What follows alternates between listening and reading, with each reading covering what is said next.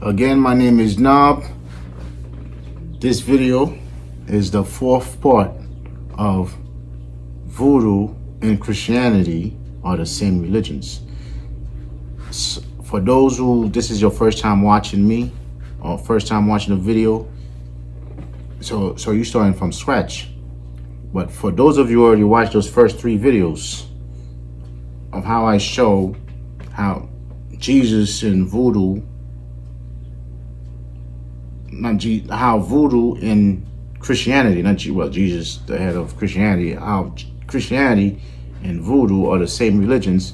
So those of you who already watched those videos, you definitely, if you're still here, that means you want to hear more. So you'll just get more. Now,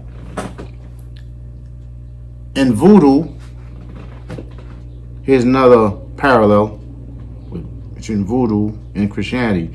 In Voodoo, you have a woman, a goddess, spirit, Loa, named Ezili Duntor. That woman. She's really a freaky Loa. A Loa, once she jumps on people, man or woman, they become very flirty. They very sluttish. Everything goes. Once that Loa jump on you, that Ezili Loa, everything goes. If you're a woman, you're gonna be freaky with dudes. At the same time, if women come near you, you're gonna be freaky with them too. So everything goes. You deal with both men and women.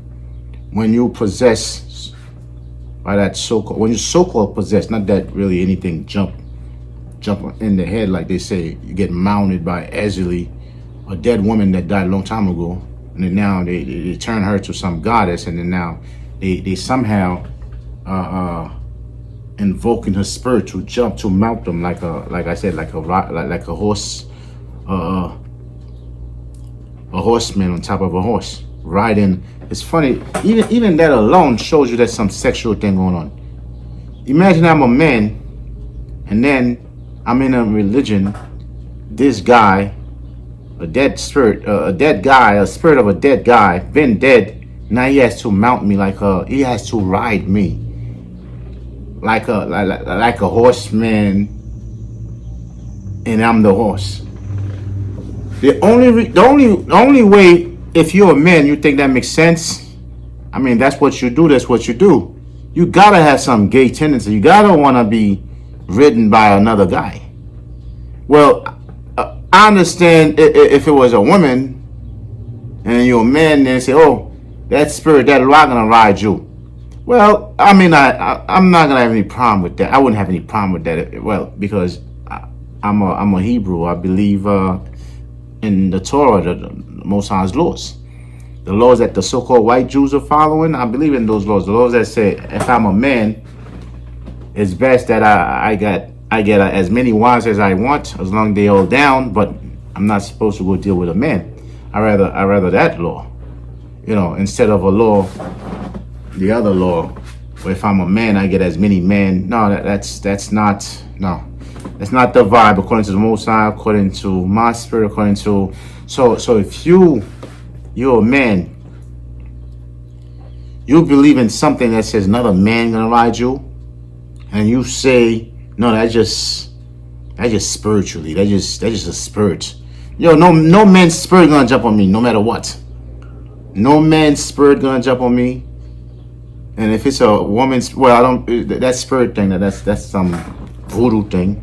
You have that conception, that spirit, something that's just flying around, riding people. You have that conception in voodoo, as well as Christianity, where they have spirit that just jump on people, and then they start spewing crazy words, blah, blah, blah, blah, as if something makes them say something, and then they call that speaking in tongues. No, that's crazy. That's not speaking in tongues.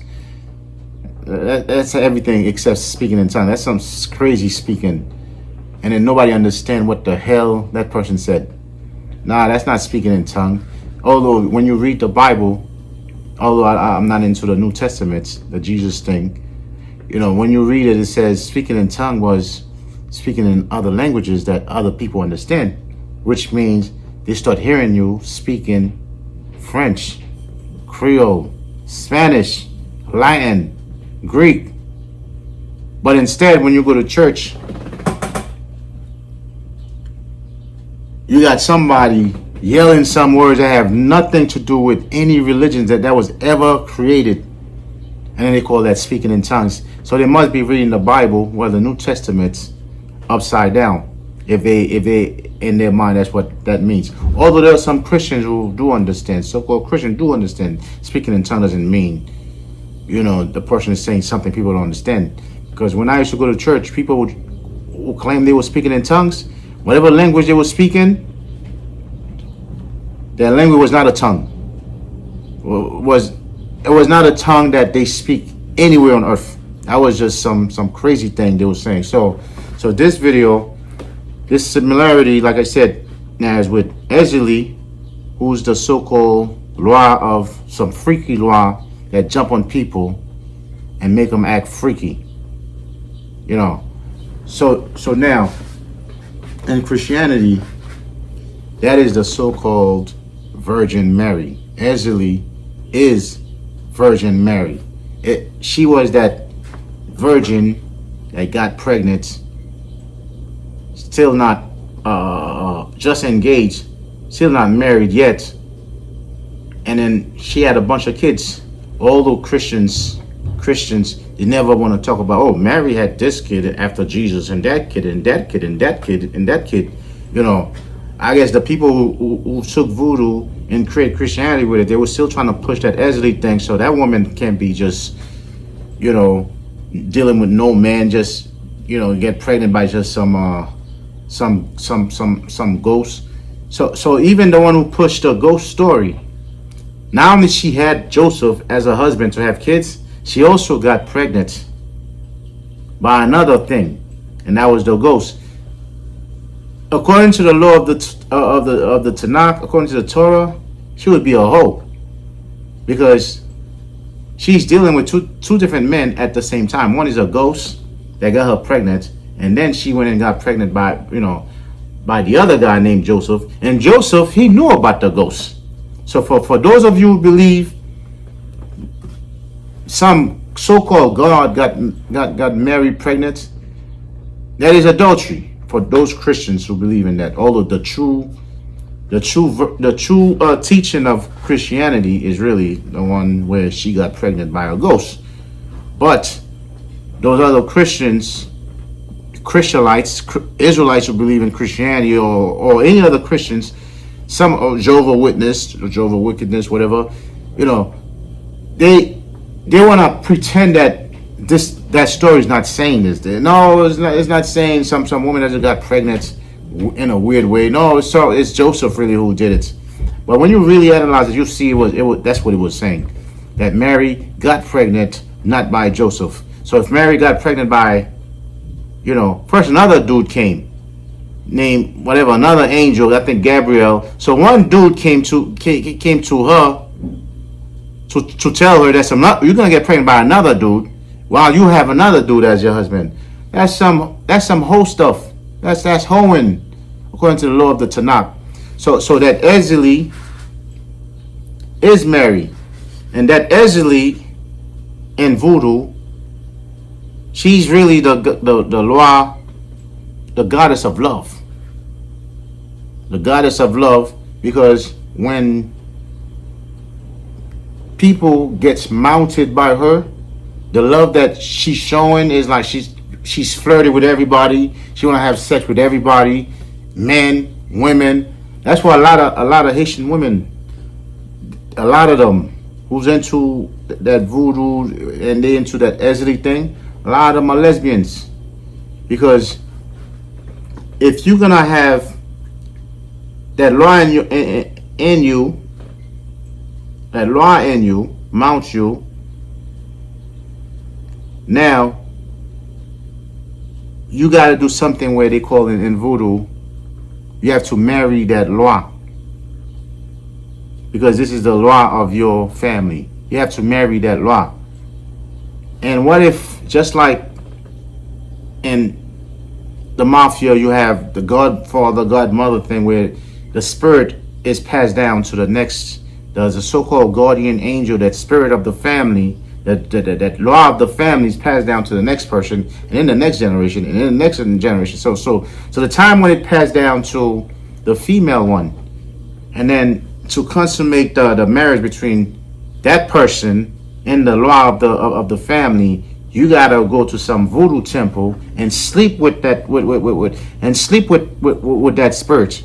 That spirit can jump on a man or a woman. So if you're a woman, you go to that peristyle, and then the person that Ezili mounts this time is a woman. That means to consummate that marriage with that law, so you can start becoming the priest of the family or the priestess of the family, is a woman. You have no choice but to sleep with that woman. It's just like strip clubs. When you know, in strip clubs, that's just like voodoo. That's just like Christianity. That's the same exact practice. In strip clubs, this woman, she's a stripper. She's dancing.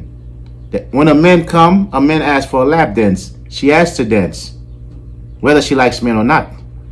Then she turn around, somebody else asks for a lap dance. This time it's a woman. She has to give that lap dance. So she has to entertain both men and women, whether she likes it or not. It's the same thing with that voodoo thing. With that voodoo thing. So if Ezili mounts the so-called spirit that does not exist, but the person pretend that it does exist, and jump on that person's head. So now that's a female. She has to entertain another female. So she has no choice but to do what she gotta do.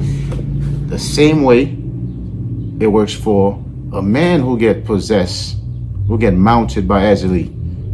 Now that man has to change his voice now, like a woman, like a female, talking like a female, because Ezili jump on him. And then now that man has to perform some type of ritual with another man, some marriage, some voodoo marriage now. Now that man gotta go deal with another man. So that means he cannot tell Ezili, no, I'm not doing this, because that's a man. So that means to be really comfortable doing this, practice this thing, you gotta go both ways. Everything gotta go with you. Now let me take it back to history, where that Ezili thing come from. It's the same religion, like I said, all started in Sumer. And then was taken to Egypt. So in Egypt, when it was taken to Egypt, it wasn't Ezili. The name wasn't Ezili. The name was Osset. Osset, which is Isis. So close. Ezili, Isis. When it was taken to other places, the name was changed to Ishtar or Ashtoreth.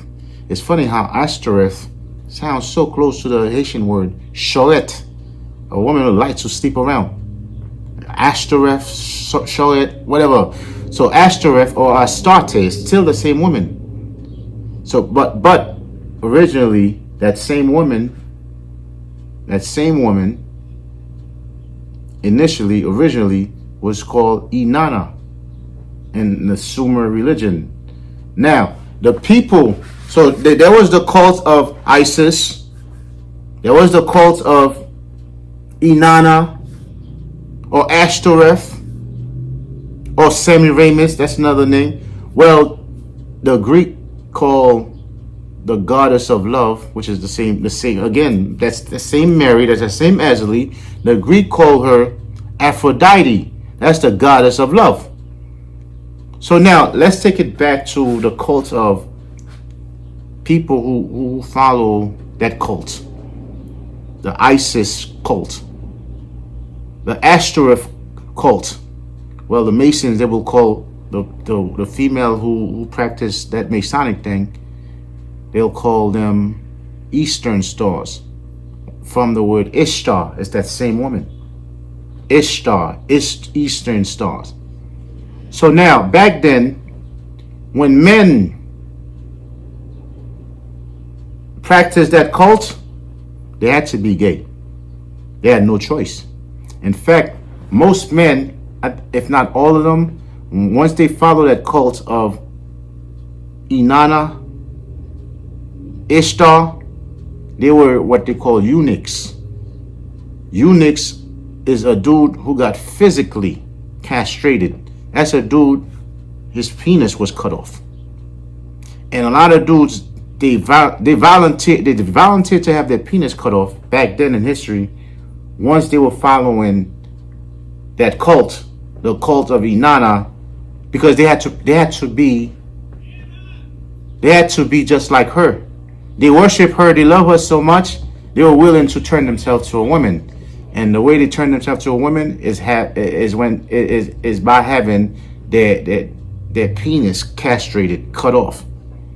That's what they did back then. That's why when you read the temple, when you talk about that cult of Ashtoreth or Ishtar, a lot of men that was following it in the Old Testament, when Josiah went and had all those temples destroyed, burnt, and they killed, they got rid of a bunch of male prostitutes. These dudes, they were gay dudes, homosexual dudes, because they were into that cult. It's just like in the Egyptian religion. Being gay is a spiritual thing in the Egyptian religion. That was like a good thing to be, being gay. You know, first they think when a man dealt with another man by penetrating the other man, his third eye is open. That's how they open the third eye. That's how his what that gland gets open in his front. Is the third eye, the what's that word? The pineal gland. That's how they were able to open the pineal gland to make you smarter. Let a dude just penetrate him, that hits the butt, that hits this, and go up, and then boom, the third eye opens. Yeah, I don't know about that. That's a lot. That's these dudes who like to do these things, and then they created some type of philosophy to get dudes to come in and do it, so they can enjoy these dudes, and these dudes could enjoy them.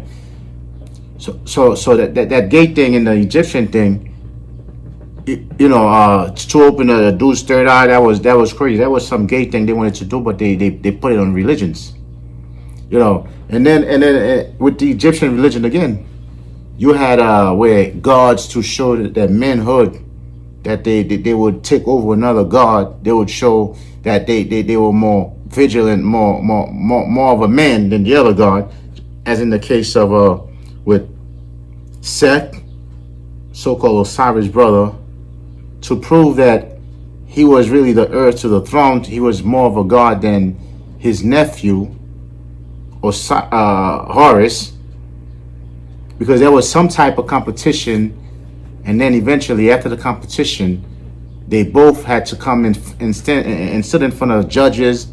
Then they had to check their belly to see who got some sperm in him. And whoever got the sperm in him, that's the dude who lost. That's the dude who was the female. So somehow Seth and his nephew, Horus, they had some battle where they had to, one had to get to penetrate the other one first. And then when the day comes to see who's the real man, who's the real God, and then they'll see, okay, well, whoever had the sperm in him, that's the female. And then eventually somehow the uncle said he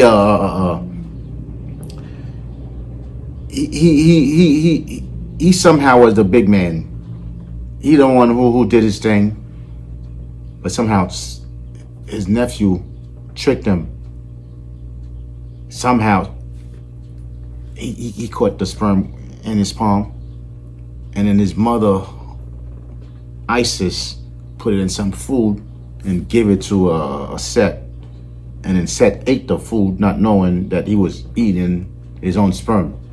And then when the day came for him to go to court or whatever, in front of the gods now, to see who's the real god, who's the victor, who's the real man, and then when they check, somehow they must have had some X-ray technology. Say, Seth, you got sperm in you. So you lost. So this guy just roughed you up. Your nephew now is the real. Your nephew, who's Horus, that's horrific. Your nephew, who's Horus, who's also Jesus, somehow manhandled you, because Seth really represents the so-called devil, and Jesus, he went to hell and handled the devil. These people that came with those stories, man, this is horrific. But anyway, that's all I had to say in this video. How Ezili and Voodoo is married, is still the same hoe, the same woman that's very promiscuous. When she jumps on you, on some women or men, then they have to become flirty. They have to, they have to do. There's a lot of other story about Inanna, how freaky she was. Well, the people who wrote that cult, that thing, how, a lot of stories. This woman, every so-called husband she got after she had sex with them, after she used them, sexed them and everything, and then killed them, and then she got another husband, and then she got another one, and then she got another one, and then she got. That's all according to the Sumerian garbage. That's what she was doing. And when she went to some guy who was a king, a masculine guy named Gilgamesh, she asked Gilgamesh to marry to marry her. Gilgamesh said, "Look, I know what you do. You're the type, after you sex man, you kill them. You sex this one, you kill them. You sex them. That's what you do, because as the goddess of fertility and of love, you just a hoe. That's it. You're not really a real good goddess. You're just somebody who's just looking for men to deal with, to sexually deal with, and then kill them. Deal with them and kill them. Deal with them." That sounds just like voodoo. Sounds just like voodoo. Because this woman, Ezili, she gets to deal with so many different men that practice that voodoo throughout the whole world, because she's a freak like that. Well, let me stop here. It's already too many minutes. So let me stop here. I still have more parallels to show you how voodoo and Christianity are the same exact religions.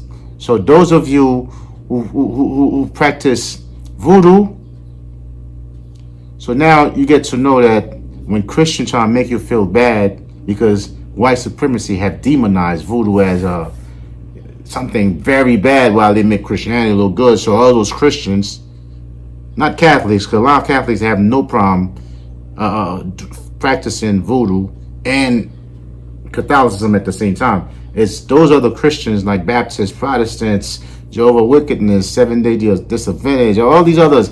They're the ones who always feel like trying to make voodoo people look like, yo, you guys are practicing some devilish stuff. You guys are bad. But guess what? Voodoo gave birth to Christianity. Christianity is just like voodoo is a tree.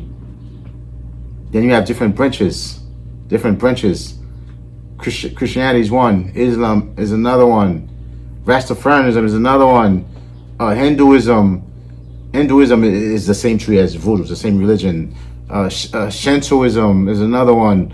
Whatever religion these Indians, so-called Indians, black people in the Americas before Columbus came here, then they had the Kukulkan, the serpent god flying, the flying serpent.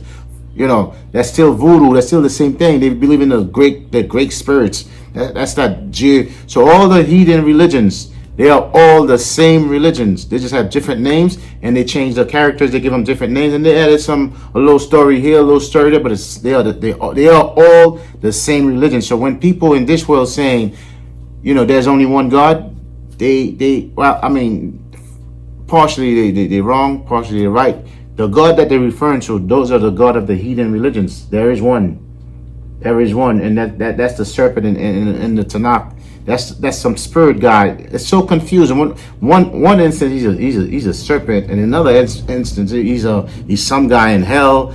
He's some guy in heaven. Listen, the heathen religions, if you had to sit down and compare all of them, you're like, yo, you guys were on crack that wrote these religions. But people are more fascinated with worshiping netters, like the Egyptians call them, nature gods. That's why they say God is everywhere, because he's nature, he's the universe. He's everywhere. In fact, according to Christians, God is like behind me right there. Not only God is next to me, the devil is also here. And the funny thing about it, I'm seeing neither one. I'm not seeing God. I'm not seeing the devil, because that so-called God that they invented, that spirit guy, does not exist.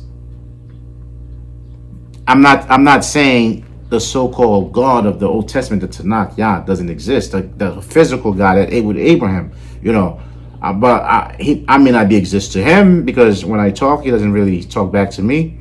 He's in some other world. Like, look, I'm not talking to nobody right now. Okay, that's okay if that's what it is. But that devilish guy, the devil guy, and the other God, the spirit God that in Christianity, in Islam, in the Greek religion, the Voodoo, that guy does not exist. And when you guys do see him, send him to my house. All right. Shalom.